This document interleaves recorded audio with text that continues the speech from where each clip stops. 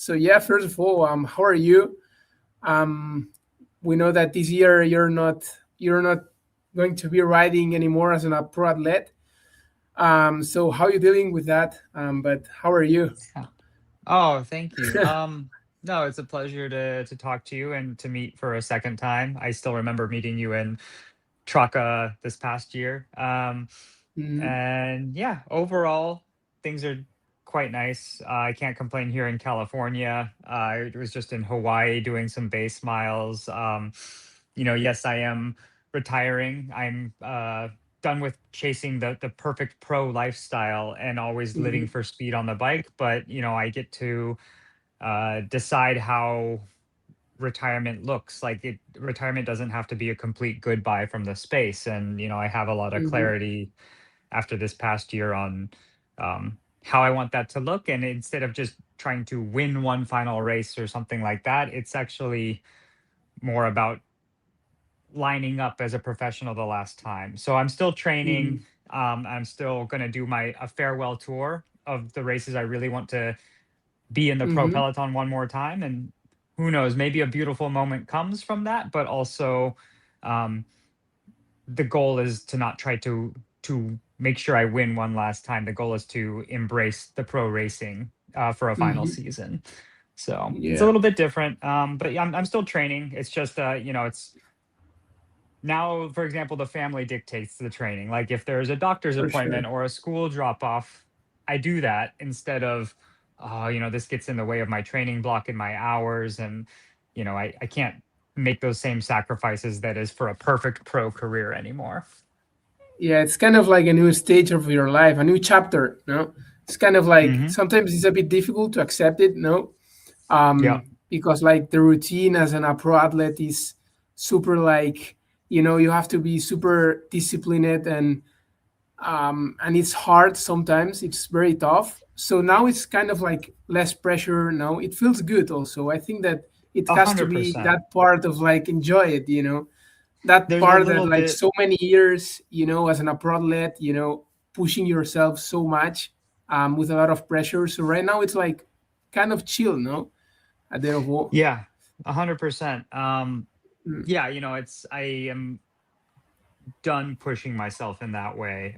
It's a little bit Yeah. scary and nervous because that's all I've done since I was 13 years old. It's all and it's part of Hmm. your, genetic makeup at this point. And I think even like hormonally, like it's, to not have the same push and drive can it brings some questions sometimes, but also it's Hmm. very freeing. We had a very Yeah. hard Christmas holiday, for example, where my whole family got super sick, That's and my little nice. boy even, Oh, oh yeah, sick, and my yeah. little boy had to even go to the hospital for a little bit of oxygen because the virus was so bad, and so we stayed in Mm. the hospital a few days, and normally as a pro, it's Yeah, all of a sudden it's you're not tough to training leave for these four situations. days you're if you're yeah as a professional athlete, Yeah. you're not training for 4 days and you're losing all this fitness, and there's that extra stress. And of course you would not, I mean, of course you're in the hospital with your family, but it's like Hmm. the mental freedom is what I'm saying, of just Hmm. like I didn't even worry about it.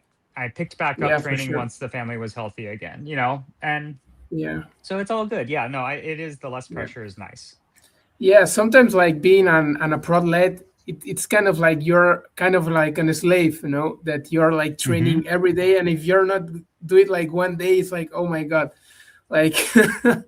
Yep. But now it's different. So which races are you racing this year? Are Yeah, you be in Europe? Um, I will be back you for the Traca. Yep. hmm Yeah, I want to do for the the Traca one 200 last time.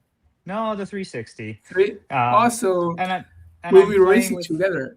Yeah, Nice, man. Yeah.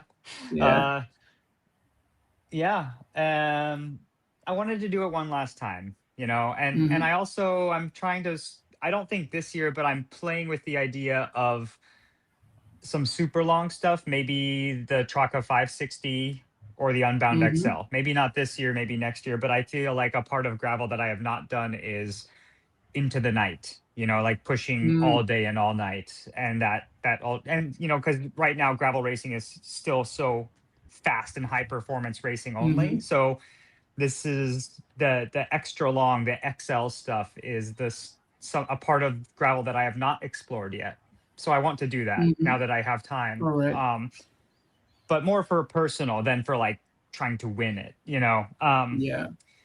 But yeah, as far as the races I'll do one last time, it was basically just trying to get a small collection of races that I really love, that I want to go fast in one more time. And then maybe more adventures start to come after that. Mhm. So it'll be the Mid South in the US, Sea Otter in the All US, which is right. a lifetime race Yeah. and a gravel race, and they're close to home. Levi's Big Road Mhm. Race, the Traca, um, and then my own personal race that I put on in Nevada, Stetna's Pay Dirt. I will not be racing Unbound, which I'm totally good with. Yeah. I'll be there for Canyon in a new capacity to explore the race in a different way. But then I will Nice. also race Lost and Found, which is local for me in Tahoe, and it's part of the Gravel Earth series, Steamboat, and Oregon Trail. And I Nice. will So actually yeah. return to Mount Washington one more time, because Ooh. I can't give all of myself again like I did in this last time. But it only made sense to do a film screening of Feeding the Rat at Mhm. Mount Washington. So I'm going to go there, return to the mountain, try and be a kind of a fast Strava guy for a KOM, but mostly just we're going to do the film screening. And because I'm there, I'll do the race the next day. Try to climb Yeah. fast.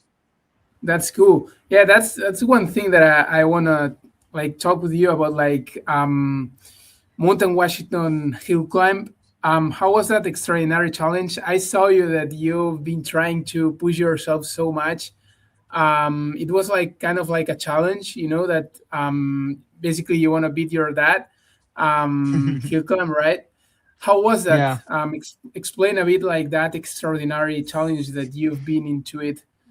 E- Um, e- for for those of you in Europe, the Mount Washington is um, it's one of the hardest climbs in the world. It's much mhm, more difficult in terms of statistics than the Angliru for those in Spain.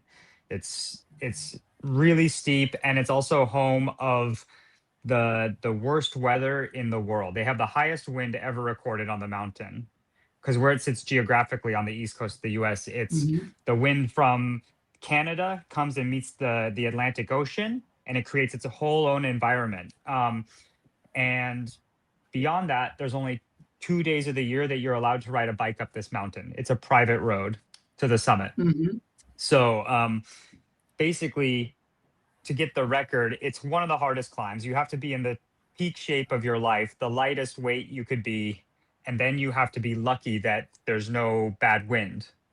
Exactly. So Yeah. everything has to, even if you have the best shape of your life, maybe it's not even possible to take the record. But Yeah. my dad had the record for almost 20 years in 1980 to 1997, and then yeah. So a big challenge for me was mostly to have no regrets. I think Yeah.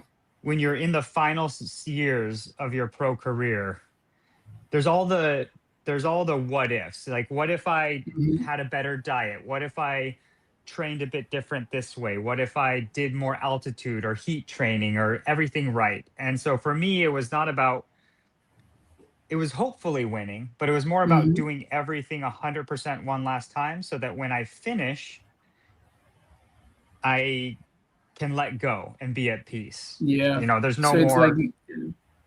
Yeah, do everything regrets. Yeah, 100%. Yeah, no regrets. for And then sure. unfortunately, the way that it worked out, being sick for the race day, I had a regret Yeah. because I didn't get to do my 100% effort. Mhm.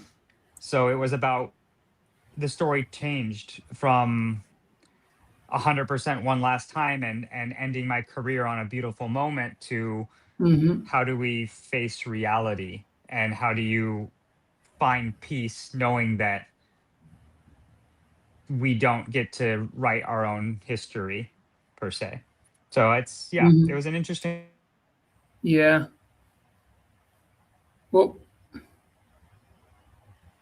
hello. Yep. Yep. Now, yeah. Kind of Yeah, and thing. also talking about weight, I've seen you that you've done it with a Canyon Ultimate Seafarer that weighed less than 6 kilograms. Um, that's Yeah. kind of crazy, yeah. In terms of like setup, like putting the bike in the right way in terms of like weight. Wow, man. That's crazy. I saw also that you could the drop bars. Yeah. Oh my god, it's kind of like a big time, like putting the syrup in the right way, right? Yeah, it was So super fun. yeah, It's not a UCI race. It's a hill climb. You're not allowed to hmm, even ride your bike down the for mountain. You have to sure. have a driver at the summit to bring you down in the car. So it was all about just it was a fun project for Big Tall Wayne. It was just the lightest bike possible. Um, For sure. and we cut weight everywhere we could, which was a really fun project to Hmm. optimize. Of course, you have to work with the sponsors, so maybe if there's another product that is even lighter from a different sponsor, Mm, that's not available to you. But we did the maximum we could, and we came up with a beautiful machine and a stupid hmm. machine. I mean, you could not ride this bike on a flat road. It only had the one Yeah, front brake. It only had the small chain ring, but it was yeah, perfect for going up a mountain as fast as possible. yeah. So Well, that's maybe cool. I That's can bring cool. it for Roca Yeah, Corner someday. for sure, for sure. So and now let's put it like let's jump more in your like old days, being like as an a pro athlete in the Tour de France or Mhm. a world tour, let's say. Um I don't know, let's talk about that. You have like what's the hardest moment of your world tour career that maybe like you have to explain something, related with that? Ooh.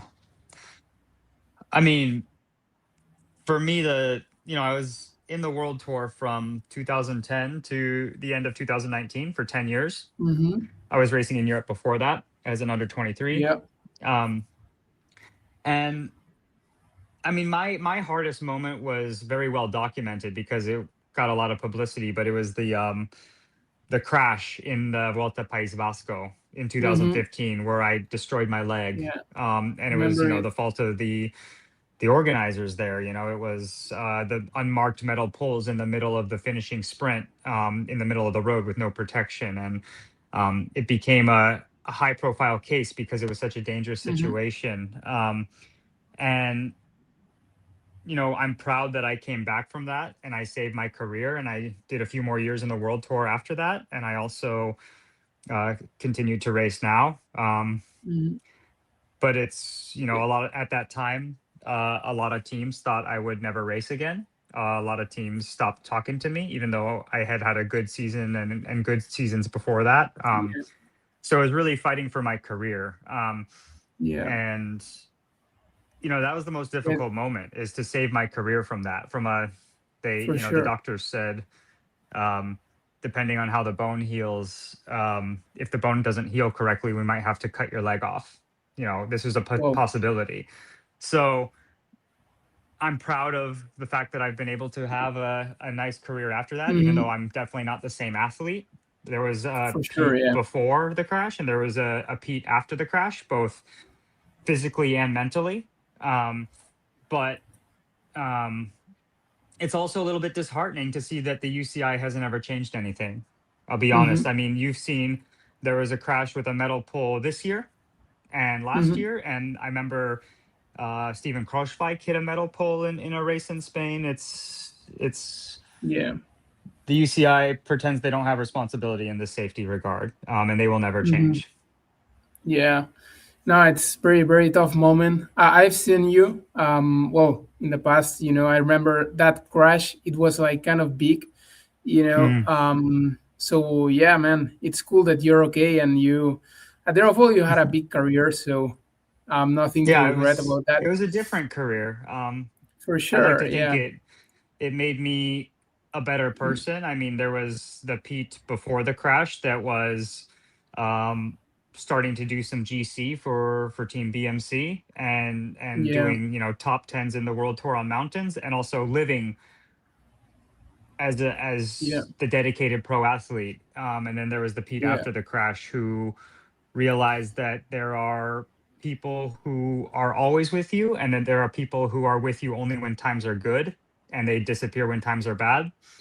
And Hmm. also realizing what community truly means instead of just pursuing just sporting athletic Yeah, performance. yeah, it's kind of tough. Yeah, the life of an athlete is kind of tough. So it wasn't like more than a trauma. It was more like than there was not so many people helping you after the crash. I think that There that was was. like the toughest. I mean, it wasn't. There was, but not everyone. So No, I maybe, can't say that. I can say yeah. there was a lot of help. I mean, BMC at the Hmm. time, I was still their contracted athlete. I had a salary, and they continued to give me doctors and rehab and help me push to come back. I mean, they Hmm. fulfilled their duties. There was friends and public behind me. I had physical therapists here who saw me every day for 3 months, literally 5 days a week. I did physical Hmm. therapy in an office to come back. There was a lot of people, but Yeah. there was, a lot of team managers, because it is pro sport at the end of the day, and professional sport is high performance and it's a business. And if you see an Hmm. athlete Yeah, who yeah, for might sure. never walk again, Hmm. you don't want to talk to him. You don't have no interest. So even if, Yeah, my agent was talking to these teams before, then yeah. those discussions stop. And I understand that, but Hmm. that's Yeah, just yeah, the for natural sure. way of it's business. Yeah, for sure. Sports is business, Adorable. So as But soon it's hard athletes to realize understand that. this, It's a wake yeah, up. It was for me, it was a wake up call, you know. hmm, yeah. And in terms of like talking about teammates and more, do you have like any specific rider or teammate that you ever Hmm. had that you can say, okay, this is like the person that really I don't know, um, makes something like important to my career, and why for Oh sure. man. You know, yeah, I was not the big winner in the world tour. I had some nice personal results, but I was most well known for being a top mountain domestique. I would go late into the grand tours in the mountains with the team captain. And so I had some really good team captains. And the closest rider I was probably with was Bauke Mollema on Trek. We were close friends. We stayed roommates. Hmm. He's a great guy. I love Bauke. Um, and he's had an awesome career, and he's still doing it. He's like the old guy in the peloton now. I think he's Yeah. 40. So Bauke's great. And we had, the Tour de France there when he was running up the mountain or Chris Froome was running up the mountain, and him and Richie Port were in that crash on Ventoux. Um, Hmm. we did all of that together. That was amazing. Nice. And then That's because the they're in beautiful Barcelona, of sport. Yeah. These yeah, relationships that you create during your career, it's amazing, yeah, That's what I am asking. I think that every athlete yeah, have his like teammate, that yeah. it's everything for you, So it's kind of cool. And I will For say, sure. I was lucky to be part of Alberto's final Vuelta in 2017, and um, being teammates with him, that was so much fun. The stories we had. I mean, uh, Alberto was one of the best team captains I ever met. Mhm. He led with, and I say this because this is Barcelona. You're in Barcelona. This is Spain, and I know he's Yeah. a Alberto national here icon with. He's the is king, for sure and everything. Yeah. he led his team with positive energy, and he always got the most out of his teammates Hmm. by positivity and expecting excellence. And the way he handled himself in the final Vuelta was amazing. I mean, he stopped and signed autographs for almost Hmm. everyone in the crowd until the last minute to line up. And instead of just protecting a fourth place on GC after a sickness in Andorra, he said, screw it, we're going to attack every day. And the teams were even trying to listen to the radio communications on our team. So he would come up to me in the middle of the stage and turn off his radio and say, Pete, in Yeah. 5 kilometers, attack this climb full gas, launch me. And I would just say, okay. Whoa. And I take a gel and we get ready. And gas. It was, Yeah. yeah, it was super cool just to race attacking and on instinct, and be a part of that, in that final day and the final night in Madrid. It was super cool. Wow, that's cool. It's cool Yeah. to know that. I didn't know that Alberto was like that with his like teammates, That's Yeah, a very lot open. from a person, Yeah, because Hmm. talking about like more specific in terms of nutrition, during like your peak seasons and more. I think that really people and amateur people and riders sometimes misunderstood what's really like nutrition in terms when you are in a world tour or something. How Mm. you deal with that? How you deal with nutrition, and because it's super important when you spend like 30 hours on the bike. Um, you need to recover so fast, because you have a lot of trainings, and I think that nutrition, it's key, for your success. So you had like, I don't know, some kind of like in a specific nutrition planning that it's okay. Sometimes it's like some kind of tips, for people that is listening Mm. to us today. um I think that Yeah. people like you maybe can give us some tips. Yeah. I mean, yeah, the way nutrition has evolved in the last 5 years with the high carb revolution is crazy. It's made the Mhm. sport so much faster, but it's everything with, you have to think common sense with it. I mean, I Mhm. think people see what the pros are doing and they just try to do it the same, but you maybe don't need that. And it's kind of silly. It's too expensive. I mean, if you are buying all these gels and you're spending For sure. thousands and thousands of euros to eat 120 grams of carbs every hour For on your sure. training rides, that's crazy. And also, I mean, this is not your job. This is a passion. And you, of course, want to do the best you can, but like, you don't need to always look at it for strictly for fuel. I mean, you want to also eat with pleasure and to be a healthy human, and some of the Mhm. young pros these days, they can't go on a 1 hour bike ride without eating a banana or taking a gel because they're starting to bonk. They're just burning sugar all the For sure. time. And I start to worry that people start, these pros, once they retire, maybe they start to have some diabetes issues because they are burning sugar only, you know Yeah. their insulin levels are crazy. And so, I think it's important to be a healthy human. The fastest athletes are still healthy people. I mean, you need to, like for me when I train, like I don't eat for at least 1 to 2 hours. And then I start eating every hour, And All I think right. you can fuel, I think here's a good tip for any listener out there is, you can fuel high carb for the moments in the workout, you need to be high carb, right? So okay, maybe once in a while you are doing a 4 hour endurance ride and you just take high carb the whole time because it's endurance and you're pushing. But when you're training, you don't often do that, right? So I would say be high Mhm. carb right before the intervals. You can ride For sure. normal for 1 to 2 hours and then take your big gel or your drink Yeah. mix or whatever right before you start your VO2 intervals. So you are doing the efforts, the high power efforts with Hmm. the high sugars and carbohydrates in your system. You don't need to do that all the time.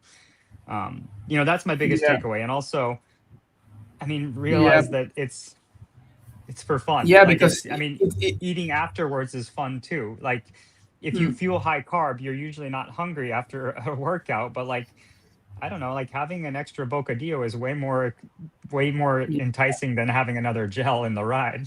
So, Yeah, for sure. Because there are so many people that is talking that okay, like maybe like biking is not that healthy that it looks like, because what all the carbs that you're putting like in 3 hours, right? It's amazing, So yeah. this is like kind of an unhealthy, and it's something that I'm trying to do, like dividing, for example, like what it can be fast carbs, for example, like fruit, like Hmm. banana, or I don't know, something that it's healthy for my body.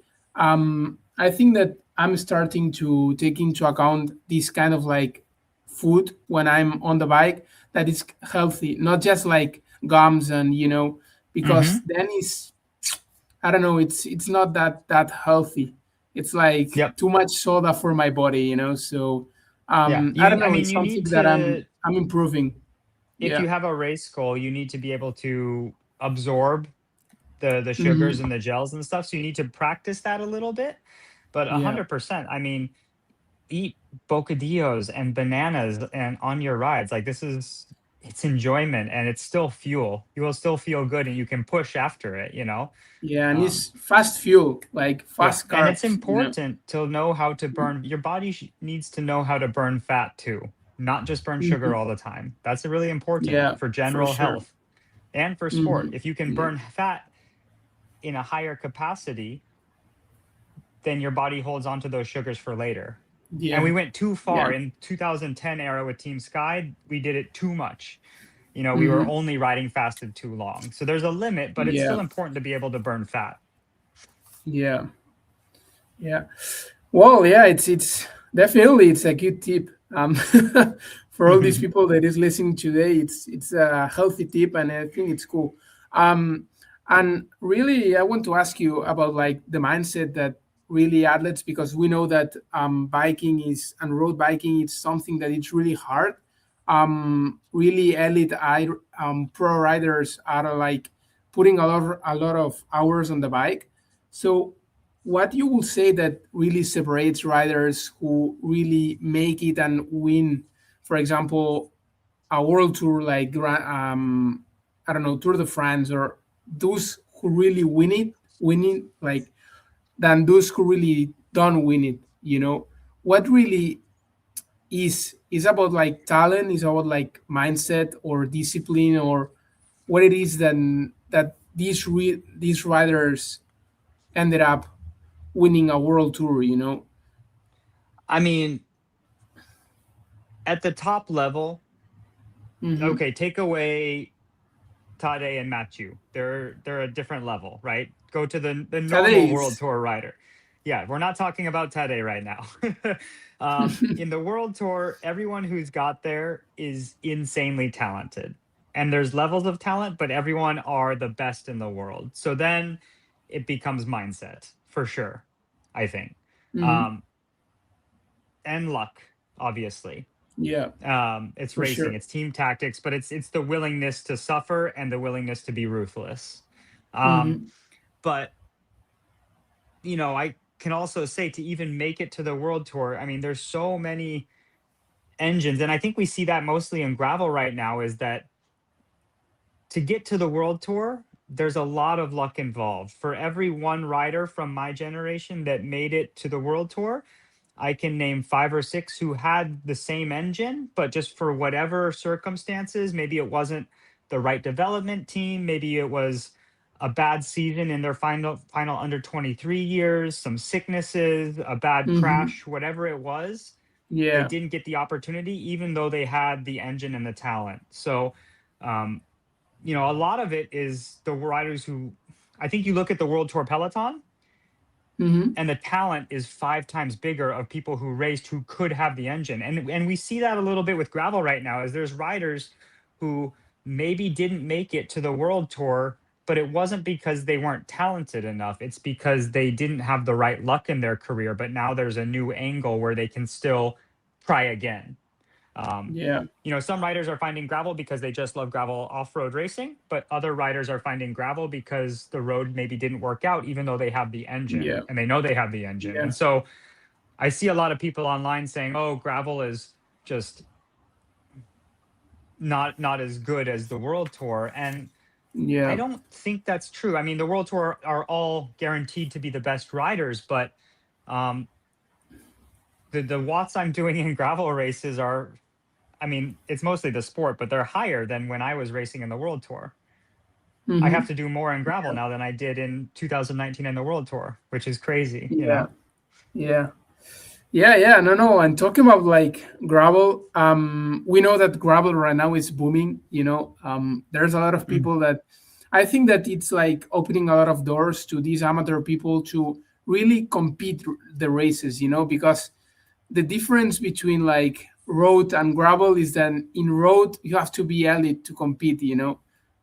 But in gravel there is that door for the amateurs people, for example, in Traca, you and me will be racing side by side, like obviously you will go like 1 hour ahead of me, but Maybe. we can race side by side, and Yeah. I think this is cool. Like this is gravel, nowadays. Yeah. So we can't do that in road bike. Like I can't be with Tade like riding side by side Yeah. in a race, so I think that gravel nowadays is like this. So saying that, how do you think it will evolve from now on, you know um Oof. I mean, I think it's changing every year. yeah, And it's even what you speak of in the side by side, and we call it in the US, it's the gravel's the community discipline of cycling. Even this is yeah, changing. I mean, you look at the Lifetime Grand Prix now, and it's all separate pro men, then pro women, then mass participant start groups because it's safer, yeah, because the speeds are so much different, and all of that. And so as much as because I came to gravel early, as much as I hate to say it, I do think it's changing, and I think it's continuing to get more professional, and the gap is widening. And in certain races, you do have separate starts now, and sometimes it's mhm, for the better, but also it loses a little bit of um, that initial special recipe. But that's, I think, also just a natural yeah, evolution as more people come yeah, to it, and it for continues sure. to grow and become more professional with more money and all of that. Hmm.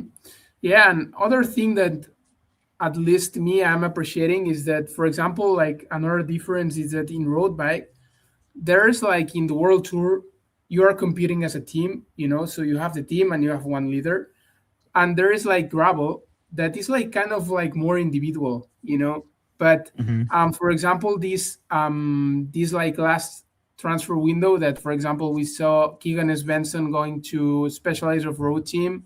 Hmm. Basically I think that they are building more a team to compete, no. Yep. I think this is another thing that we will it will change, and it's part of the evolution of gravel, no, to compete more as a team and not just as an individual. Yeah, How I think so. how, But how I you are also looking to say that? Mm, the teams in gravel is happening. yeah. That's the way. I mean, the sponsors want more assurances of a result. And gravel, there's so much luck involved, especially because there's all the mechanicals. If Hmm. you only have Keegan Swenson and he flats, you have nothing. You know, Yeah. if you have Keegan Swenson, Matt Schmidt, and Matt Beers on the same team at Unbound, chances are one of them are going to be in the final. I mean, Specialized is Yeah. trying to bolster their chances at winning the biggest races as a brand, and Mm, so I think the brands will continue to push teams. I think that's natural. I know other brands are doing it.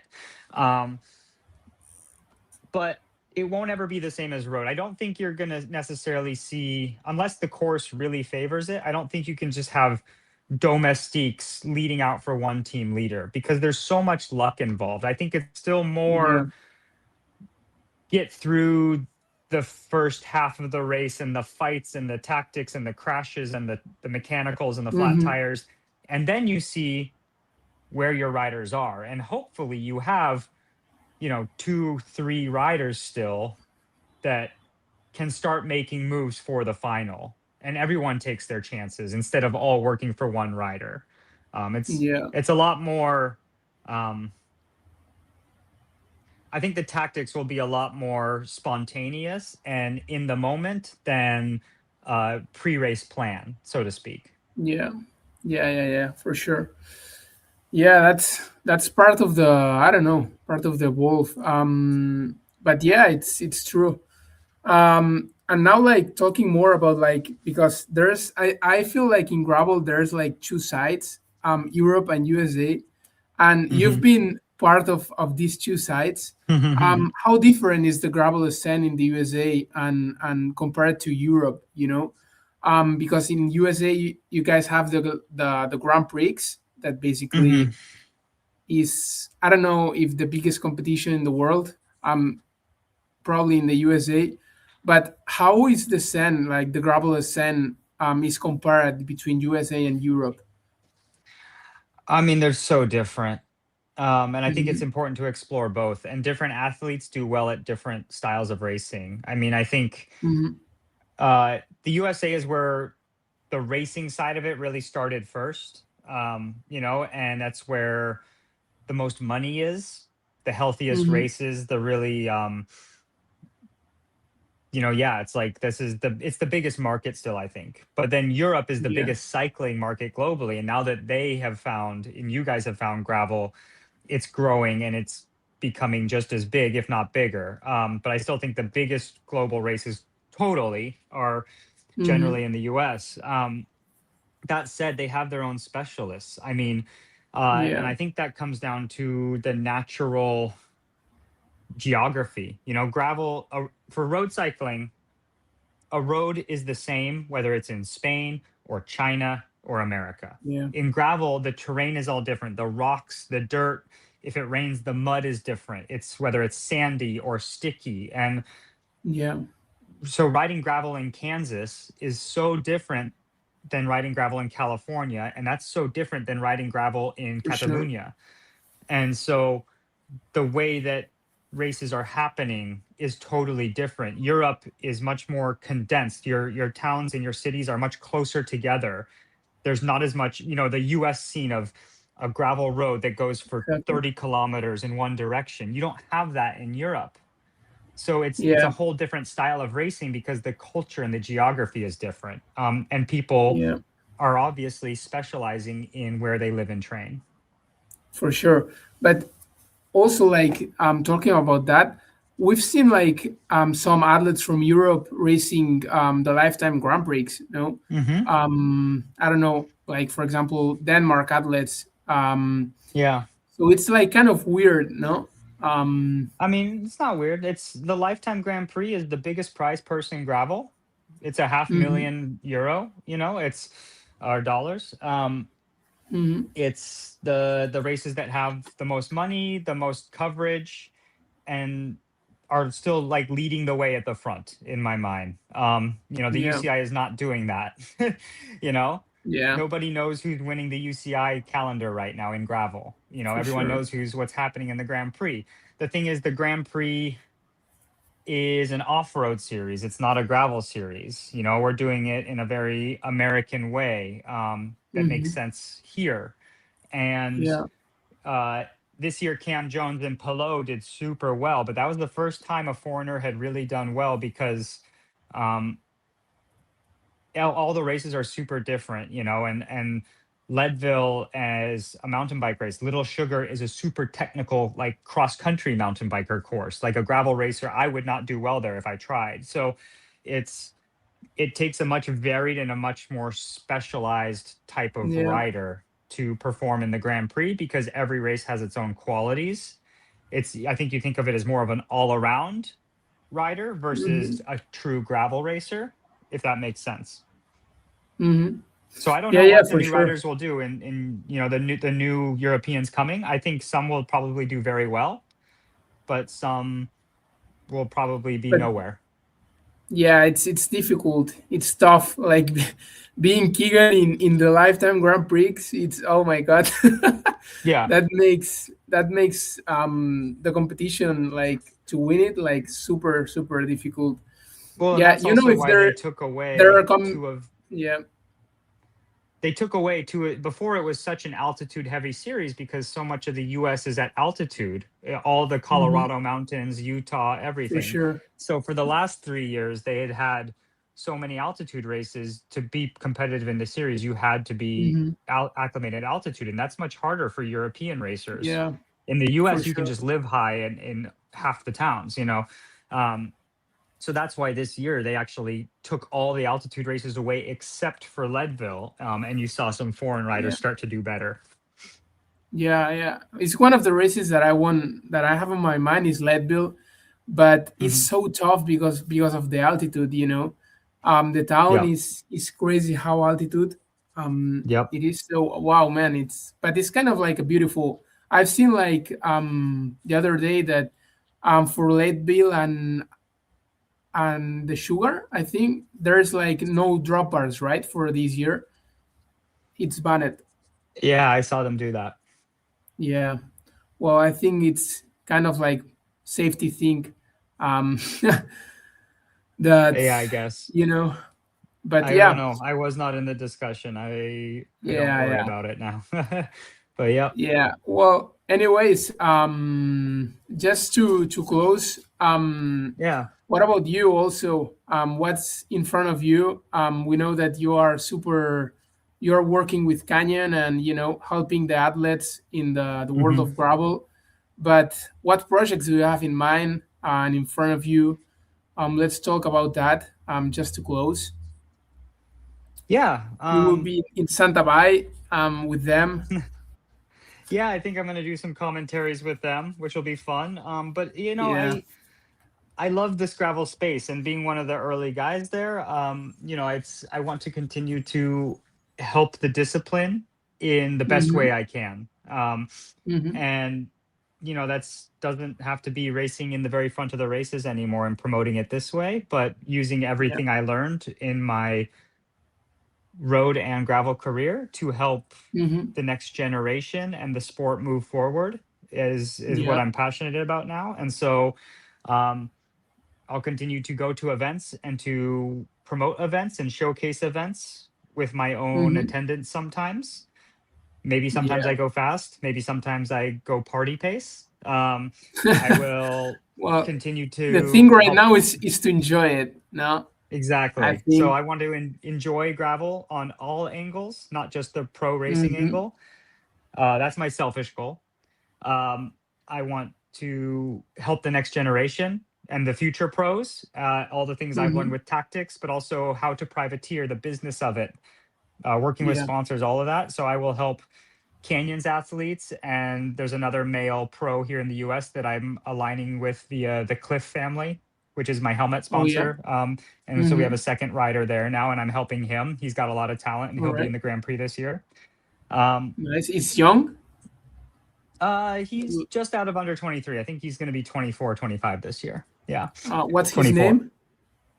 Kobe Freeburn. Yeah, keep an eye out for him. He's got a lot of talent. For sure. He's Yeah. on the Trek program right now. Unfortunately, he's not on Canyon, but I'm able to help him through Cliff Family. So Well, we'll share the helmet, and I'll nice. help him Yeah. launch his career and negotiate his Mm-hmm. privateering gig as best I can. Because I have a lot of belief in him. And then, For sure. um, yeah, Well, beyond that, yeah, yeah. personally, Just like I said, I want to explore a little bit of the nighttime racing. Yeah, for sure. And spend time with family, take care of your Exactly. kids. And That's that's, of part of the course, the life main of new thing. That's chapter. That's good. Yeah, yeah. Well, and last question for you. Is a question that basically I did to all the people that I interview. If you could give one piece of advice to young riders that are chasing the pro dream, what would it be? There of all you have an amazing career. So if you have one piece of advice to for all these young riders that are trying to achieve that dream, what would you say? yeah. Um, I think it's, in the US we say it's, you have to recognize and follow your North Star, that Hmm. your leading idea that is true, and that is your non-negotiable, and that is your ultimate belief, and so what is your North Star? And then that is your way how to tell your own story, because the ultimate dream is to be paid to do bicycles, right? It doesn't have to be racing bicycles. It doesn't have to be social media influencing. It can be racing. It can be pro road. It can be pro gravel. It can be a journalist in the cycling media. It Hmm. can be a mechanic. It doesn't matter. But the dream is, anyone listening to this, is to do bikes, whatever doing bikes means for you. And there's so many opportunities in this world right now to be unique and to tell that Hmm. story with assets like social media and YouTube and all these things. Hmm. So find out your North Star and do that, and don't compromise that. And you For will sure. resonate somehow. You can stand out that way. Yeah, there's not just like the way of like being a pro athlete. There's like more Yeah. other ways, you know. You can see Yeah. what the pro athletes do to take tips and inspiration, but you don't need to copy it. Mm-hmm. Exactly. You got to be Yeah, doing yourself. you. So, Yeah, exactly. Yeah, you have to do it for your own way. exactly. Yeah. One example is mine. For example, that right now I love bike industry. You know, everything related Hmm. with bikes and outdoor world, and that's why I'm starting the podcast. You know, at Derovo, There you I'm a go. designer, and you know, more than being a designer and you know, design for brands and all this stuff. I like to, I don't know, talk with you guys that at Derovo you've spent like your whole life living into bikes and you know at the highest level and maybe you have a lot of tips. I'm pretty sure of that Mhm. to tell to people, and that's what I'm here, you know, to help that. And I don't know, it's kind of like it's great. I love that, and yeah, man, that's everything. But I'm pretty sure that I will be here. um, you know, Well, thanks, man. Thanks for having to, me. And yeah, maybe I'll see you at Santa Vi, and if not, for sure, oh Troca. yeah, pretty sure, yeah, yeah. Mhm. I think I will be there. You know, not racing, Okay. but just to say hi to all of you. Aderovo is Yeah. kind of like my home. Yeah. Yeah. So yeah. Well, anyways, thank you so much for being here today with me and for all the people that is listening. Um, you are and you've been an amazing Mhm. athlete, an amazing pro biker. So Thank you. congratulations for your career. Thank you I very think that much. you did an amazing job. I And appreciate that. enjoy that second chapter. You know, second chapter with family, second chapter with people that you love, and also I the will. cycling industry for I sure. will. 100%. Yeah. Well, All right. thank you so much, Pete. Appreciate it. Pleasure was all All mine. right. Adeu. Okay.